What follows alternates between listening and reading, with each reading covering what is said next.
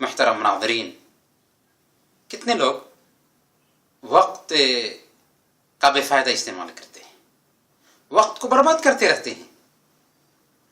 کچھ لوگ تو ایک اصطلاح قائم کر رکھے ہیں کہ میں ٹائم پاس کرتا ہوں.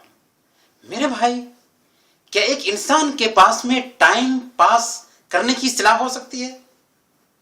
خاص طور پر جو مسلمان ہو، جو اپنے آپ کو ایک ذمہ دار ہستی سمجھتا ہو، جس کا لمحہ لمحہ گنا جا رہا ہو. اور ویسے بھی ایک انسان اگر وہ اپنے آپ کو یہ سمجھ رہا ہے کہ چند دنوں کی زندگی ہے تو اسے اپنے آپ کو سنوارنا چاہیے، بنانا چاہیے. ٹائم پاس کرنا کیا معنی رکھتا ہے؟ اس لیے میرا یہ پیغام ہوگا آپ کے نام، جی ہاں آپ کے نام، کہ وقت سے فائدہ اٹھائیں، وقت کو برباد نہ کریں.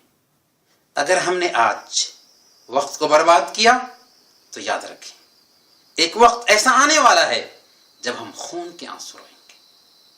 تو پھر آئیے عہد کرتے ہیں کہ ہماری زندگی کا جو بھی لمحہ ابھی باقی رہ گیا ہے اس سے فائدہ اٹھائیں گے.